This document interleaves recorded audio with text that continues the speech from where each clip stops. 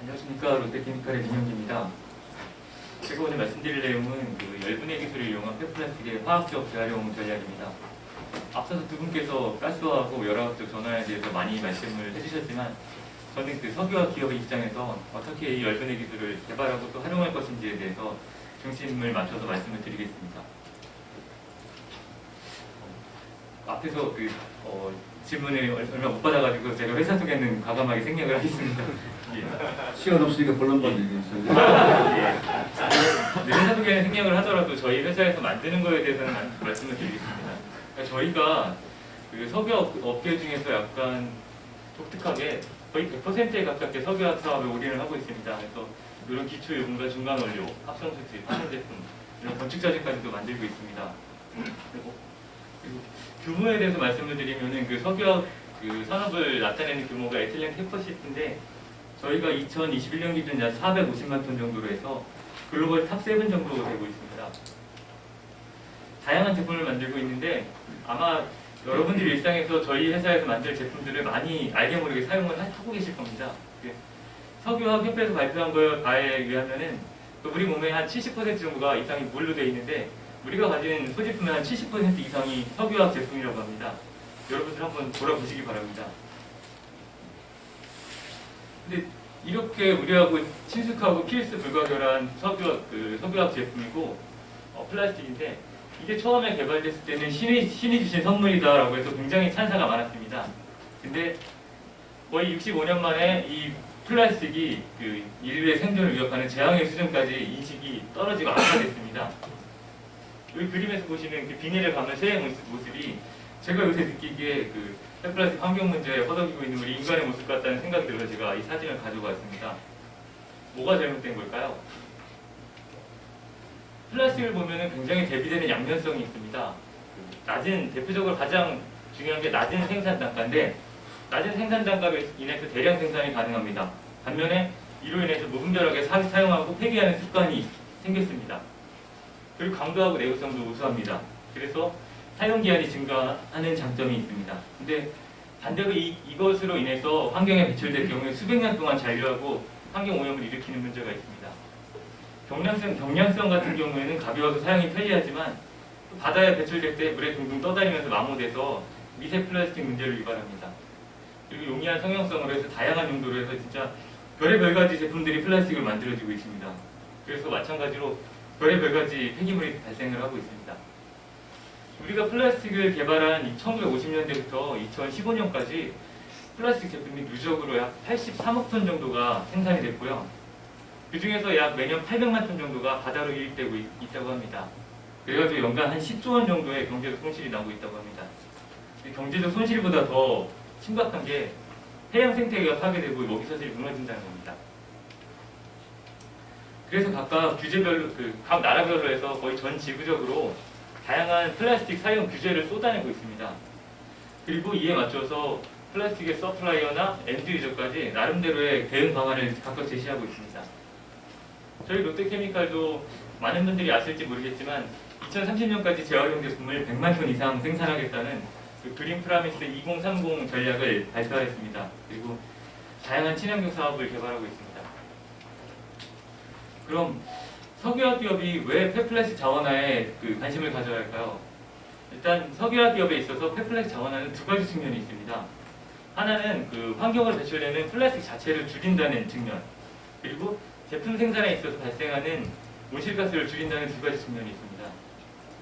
잘 아시다시피 국내 석유화학 설비들은 굉장히 선진화가 되어 있고 에너지 효율이 세계 최정상급의 수준입니다. 따라서 공정 최적화나 어떤 에너지 최적화 등을 통해서 의미 있는 온실가스 감축을 할 수가 없는 상황입니다.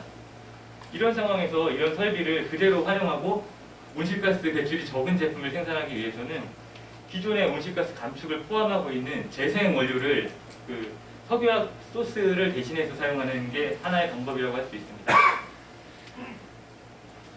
이 부분은 많이 거론됐던 부분인데 폐플라스틱을 어떻게 재활용할 수 있냐? 미케니컬, 서멀, 케미컬 리사이클링으로 크게 구분이 됩니다.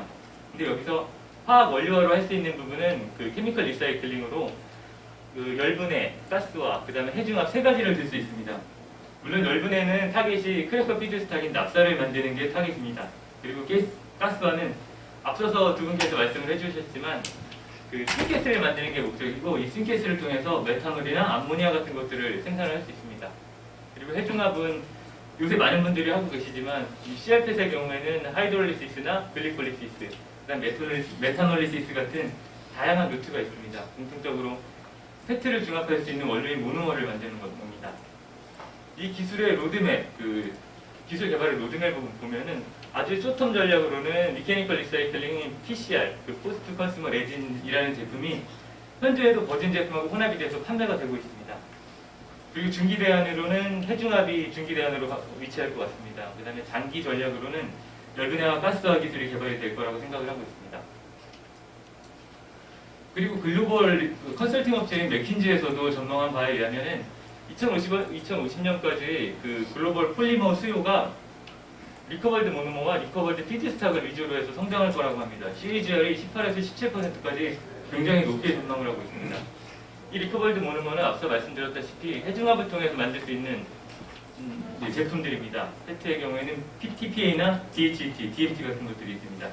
그리고 리커버드 피드스탁은 파이롤리시스나 가스화를 통해서 만들 수 있는 재생 납사나 아니면 재생 메탄올 같은 것들을 말씀드릴 수 있겠습니다. 앞서서 가스화에 대해서 많이 말씀을 해주셨는데 일단 제가 간단하게 열분해하고 가스화가 어떻게 다른지에 대해서 설명을 드리겠습니다. 일단 공통적으로 폴리머가 있고 이 폴리머에서 열을 가해서 이 부분 열분해는 흡열 공정이기 때문에 350도씨에서 600도씨 정도의 열을 가해서 분자를 군데군데 잘라서 오일을 만듭니다. 그리고 이 오일을 만들어서 스팀 크래커에서 한 번 더 크래킹을 하면은 우리가 쓸 수 있는 모노머를 만들 수 있고 이를 이용해서 화학 제품을 만들 수가 있습니다. 반대로 가스화는 발열 공정입니다. 폴리머에다가 산소를 가하면은 800에서 1600도씨 정도의 초고온에서 완전 분해가 일어납니다. 불완전 요소가 일어나서 합성가스, CO와 수소에 완전히 분자 단위로 해서 분해가 되고 이걸 다시 재조립해서 메탄올이나 암모니아 같은 것들을 합성합니다. 물론 가스화 기술이 거의 모든 가연성 폐기물을 사용할 수 있어서 굉장히 아이디어한 기술이긴 합니다. 근데 가스화 기술에 대해서 접근을 하기에는 일단 가스화를 위한 설비 투자가 필요하고 이 합성가스를 재조립하는 암모니아나 메탄올에 대해서 이중으로 설비 투자가 필요합니다. 따라서 저희 같은 석유화 기업에서는 이미 스팀 크래커가 있기 때문에 이 열분해 공정만 투자하면 되는 열분해 방식이 저희한테는 좀 더 매력적으로 다가오고 있습니다. 온실가스 저감효과에 대해서 말씀을 드리면은 먼저 많은 분들이 기업에서 친환경을 하는 척만 하는 그린워싱에 대해서 굉장히 부정을 하십니다. 그리고 실제로 열분해를 하면은 온실가스가 줄어드냐라고 많이 물어보십니다. 최근에 바스프에서 플라스틱 에너지라는 열분해 기술을 대상으로 해서 LCA를 진행한 바가 있습니다. 결과를 보시면은 소각 대비해서 약 50%의 온실가스가 줄어들고 있으며 LDT 1톤을 생산할 경우에 화석연료 기반에서 생산한 제품 대비 약 2.3톤의 온실가스가 줄어들 수 있다고 합니다. 그리고 재생 제품의 품질까지 고려했을 때는 미케니컬 리사이클링에 필적할 정도로 온실가스 저감이 가능하다고 이야기를 하고 있습니다. 폐플라스틱 열분해를 통해서 얻을 수 있는 제품들을 폴리머 수지 종류별로 해서 비교를 해보았습니다. 그러니까 사실 폐플라스틱 열분해의 최종 타겟이 납사크래커 피드스탁이라는 점에서 파라핀과 올레핀열 하이드로카본을 만들 수 있는 PEPP가 가장 선호되는 원료입니다. 그리고 특이하게 PS하고 PMMA의 경우에는 해중합 분해 특성이 있어서 분해되면 스타일렌과 MMA로 분해됩니다. 그래서 이 두 종류의 플라스틱은 열분해이면서 동시에 해중합에도 해당이 된다고 할 수 있습니다. PVC의 경우에는 분해되면 저온에서 염산이 생깁니다. 그래서 부식성이 염산이 생기기 때문에 가장 선호되지 않고 기피되어야 되는 원료라고 할 수 있습니다. 열분해 기술에 대해서 간략하게 말씀을 드리면은 일단 국내에서는 거의 로타리 킬른 타입의 반응기로 해서 예전부터 사업화가 많이 진행됐습니다. 중소기업을 기준으로 해서 아주 소규모, 합의 10톤 정도 규모로 해서 사업화가 많이 진행됐고 이 기술에서는 이 동그란 원통 같은 생긴 반응기에다가 이런 깍두기 모양의 거의 한 800kg 정도 됩니다. 하나가. 베일을 통째로 한 7, 8개 정도 놓고 이렇게 밑에서 불을 떼가면서 돌리면은 돌리면서 찌면은 이 위로에서 열분의 오일이 나와가지고서 뒤쪽에서 냉각이 되고 세퍼레이션이 됩니다. 근데 이게 배치식으로 운전되다 보니까 이게 가열을 했다가 냉각을 했다, 가열했다, 냉각했다 이를 반복하기 때문에 에너지 효율이 굉장히 낮고 반응 시간이 긴 단점이 있습니다.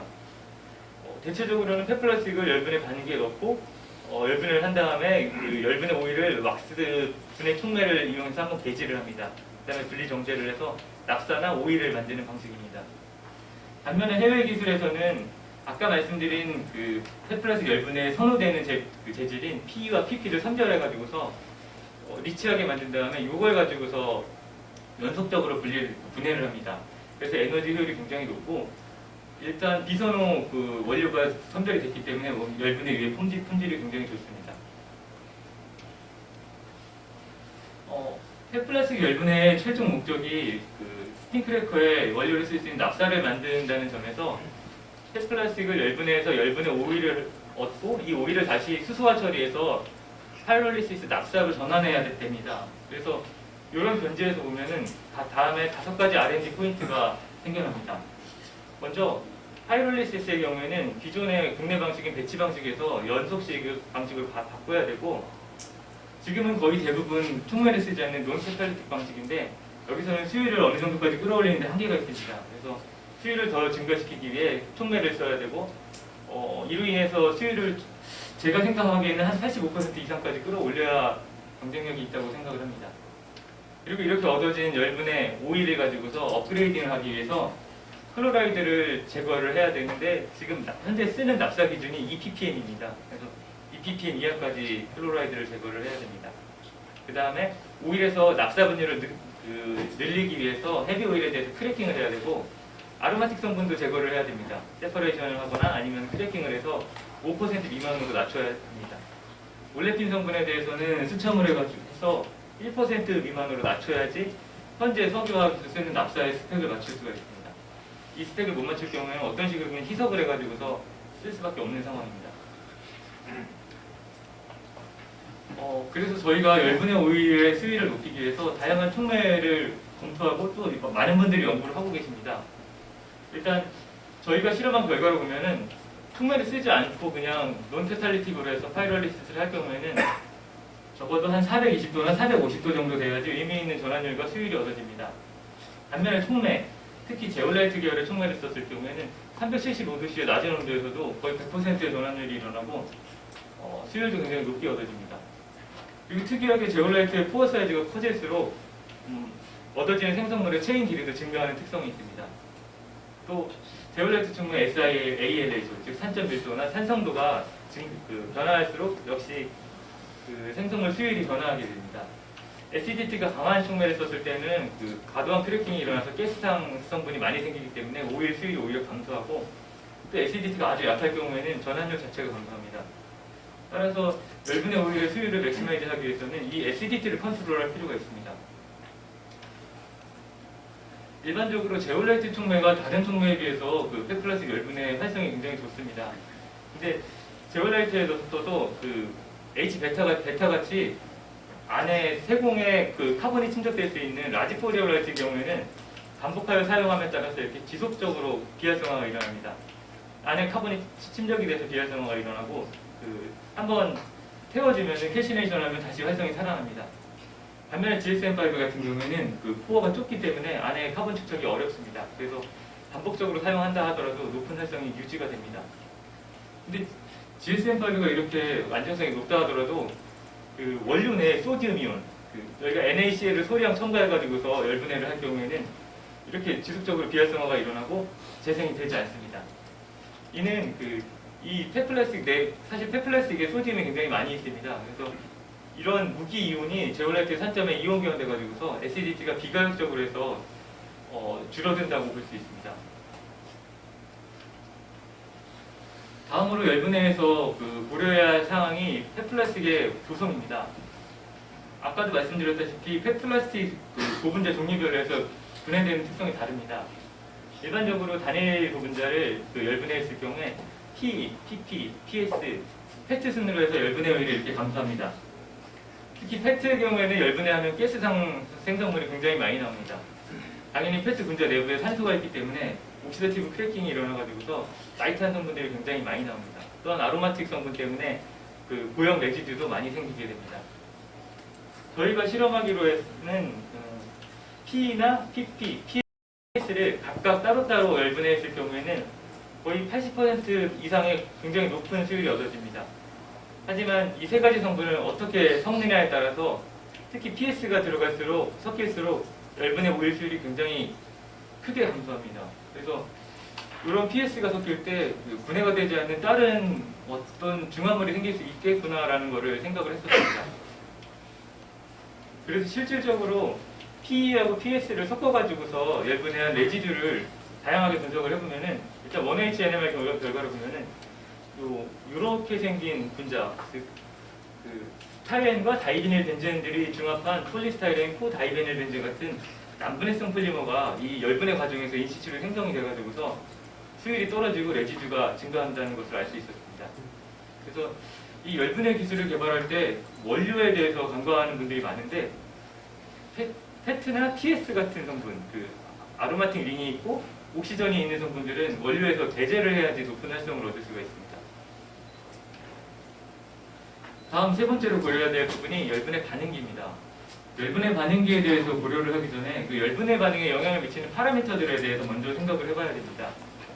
먼저 온도에 대해서는 온도가 낮을 경우에는 천천히 분해가 덜 되기 때문에 롱체인 하이드로카본 위주로 해서 생성이 됩니다. 그리고 온도가 너무 높을 경우에 적어도 600에서 700도씨 이상으로 높을 경우에는 과도하게 크래킹돼서 그 라이트한 가스 성분들이 많이 생성이 됩니다. 압력에 대한 효과는 그렇게 크지 않지만 압력이 아주 높을 경우에는 오히려 쇼체인 하이드로카본이 많이 생깁니다. 가장 중요한 요소가 히팅 레이스입니다. 그 승원 속도가 빠를 경우에는 본드 클레비지 위주로 일어나기 때문에 헬싱 프로덕트들이 많이 생깁니다. 반면에 승원 속도가 낮을 경우에는 오히려 차 포메이션이 증가하고 레지드 성분들이 많이 생성이 됩니다. 그래서 이 히팅 레이스를 굉장히 잘 조절을 해야 됩니다. 레지던스 타임에 대해서는 레지던스 타임이 늘어날 경우에 과도한 크래킹이 일어나서 라이트한 성분들이 많이 생깁니다.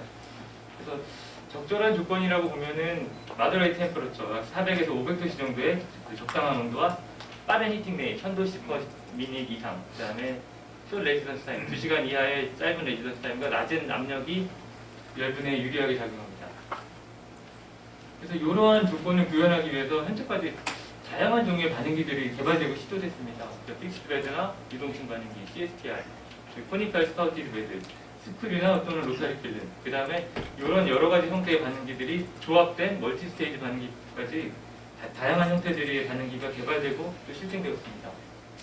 근데 어떤 반응기가 가장 좋냐라고 물으신다면은 최근에 이 엔지니어링 논문에서 2019년에 나온 이 논문에서 이 반응기에 대해서 다양한 반응기들에 대해서 템퍼러처 컨트롤이나 히트 트랜스퍼, 파리클 사이즈, 레지던스 타임, 프로세스 플렉시빌리티, 서멀 모드나 캐탈리틱 모드 적용 가능성, 그 다음에 프로덕트 밸류, 스케일업 가능성, 이코노믹 피지빌리티 이런 다양한 기준으로 해서 비교를 해놓은 논문이 있습니다.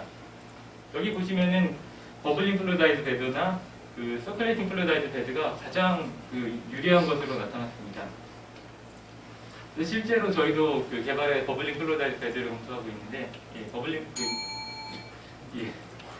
유동층 반응기의 경우에는 히트 트랜스퍼가 굉장히 빠르고, 그다음에 촉매 적용도 가능하기 때문에 촉매를 적용하기 유리합니다. 또한 유동상에서 기상에서 이동하면서 반응하기 때문에 그 메탈 임퓨리티들하고 적게 컨택을 할 거라고 생각을 해가지고 이쪽을 보고 있고, 실제로 그 VTT나 그 리사이클링 테크놀로지에서 BFB와 CFB가 실제로 개발이 된 바가 있습니다. 물론 촉매를 적용한 모드는 아닙니다. 참고로 에질릭스에서는 스크류 타입, 그 다음에 플라스틱 에너지에서는 CSTR 타입, 리사이클링 테크놀로지에서는 CFB, 그 다음에 국내에서 가장 많이 사용되고 있는 로터리 필름은 국내 에코크레이션이라는 업체에서 개발이 돼서 상용화가 되었습니다. 그 다음에 현재 가장 어드밴스된 기술이라고 볼 수 있는 게 그 무라 테크놀로지라는 곳에서 개발한 슈퍼 크리티컬 워터, 초인계수 방식의 열분해 방식입니다. 이 방식이 지금 현재 가장 많이 인기를 얻고 있고, 논카탈리틱이긴 하지만 그 연간 하루에 60에서 150톤 정도의 열분해율을 생산할 수 있는 상당히 규모가 큰 반응기입니다. 여기서 수율이 한 85% 정도 나옵니다. 마지막으로 말씀드릴 게 열분의 사업 구조입니다. 저희 같은 석유화학 기업이 열분의 사업을 검토할 때 현재 산업부의 석유사업법, 지금 석유사업법에 막혀 있어가지고서 이 열분의 유를 정유 공정에 다이렉트로 넣을 수가 없습니다. 그래서 현재 규제 샌드박스를 통해서 일부만 넣고 있는데, 이 규제 샌드박스 물량이 확대될 경우에는 저희 같은 업체는 이 열분의 공정만 투자하고 정유 업체와 같이 해가지고서 분리 정제를 하면은 투자비를 줄일 수 있고 좀 더 효율적으로 사업을 할 수가 있습니다. 반면에 이 규제 샌드박스 물량이 현행과 같이 유지가 되면은 저희는 열분의 공정과 분리정제 공정, 그리고 필요할 경우에는 하이드로 트리팅까지 투자를 해야 되기 때문에 투자비 부담이 굉장히 늘어납니다. 일반적으로 기업이 사업화를 할 때 2, 3년 후를 보기 때문에 이 정책이 2, 3년 후에 발맞추어서 미리 나와줘야 되는데, 아직까지 산업부에서 이 규제 샌드박스의 방향에 대해서 제시를 하지 못하고 있는 상황이라서 저희가 좀 애로사항이 있는 상태입니다. 마지막으로 요약입니다. 이상을 마치겠습니다. 감사합니다. 좋은 강연 감사드리고요. 제가 기대했던 발표 내용은 아니었던 것 같아요. 기업체 사업 현황을 제가 듣고 싶었는데 훨씬 더 아카데믹한 내용을 해주셔가지고 청중들이 엄청나게 많이 찍더라고요, 보니까. 그런 말씀 감사드리고요. 혹시 질문 있으시면 서 교수님. 빨리 질문해야지. 바이오납사는 그래도 이미 전 세계적으로 제품 인증받는 제도가 이미 있어서 네. 뭐 집어넣는 양에 따른 혜택들을 우리가 받을 수 있잖아요. 예. 파이오일은 이런 식으로 페트너스를 이용하면 어떤 인증이나 어떤 그런 것들이 제도적으로 돼 있나요? 예, 똑같은 인증이 있습니다. 바이오납사가 ISCC라는 인증인데요. ISCC 플러스라는 인증이 있습니다. 바이오를 제외한 나머지 것들이 ISCC 플러스 인증으로 해서 인증이 됩니다. 그러면 그게 뭐 병질이든 중질이든 납사대원으로 나오기만 하면 어떤 인증 플러스 인증을 받을 수 있나요? 네, 그렇습니다. 네, 감사드리고요. 혹시 추가 질문 있으실까요? 네, 송혜 박사님. 짧게 해주세요. 예, 아까 LCA에서 종합적으로 보면은 CO2가 감소한다고 하셨잖아요. 예, 근데 CL을 제거하거나 하이드로제네이션 해가지고 몰레큘을 좀 제거해야 된다고 얘기하셨는데, 현실적으로는 CL 같은 거 제거하려면 하이드로 피니싱이나 하이드로 수소가 필요할 것 같아요. 네, 맞습니다. 그것까지 감안을 하면 CO2가 그렇게 많이 줄까 하는 생각도 드는데, 그거에 대해서는 어떻게 생각하세요? 그 부분은 이 LCA 스터디에 포함이 안 된 것 같습니다. 사실 말씀하신 대로 CO2 감축량이 조금 더 줄 것 같긴 합니다. 그러면 CL을 수소용에서 제거하지 않고 다른 방법으로 제거할 수 있는 기술도 좀 검토를 하고 계신가요? 네, CL을 제거하는 방법이 하이드로 디클로리네이션 방법과 옥시더티브 디클로리네이션 두 가지가 있습니다. 산소를 넣어서 옥시더티브 크래킹을 통해서도 CL을 제거할 수 있습니다. 양쪽에 지금 같이 개발하고 있는 상황입니다. 감사합니다.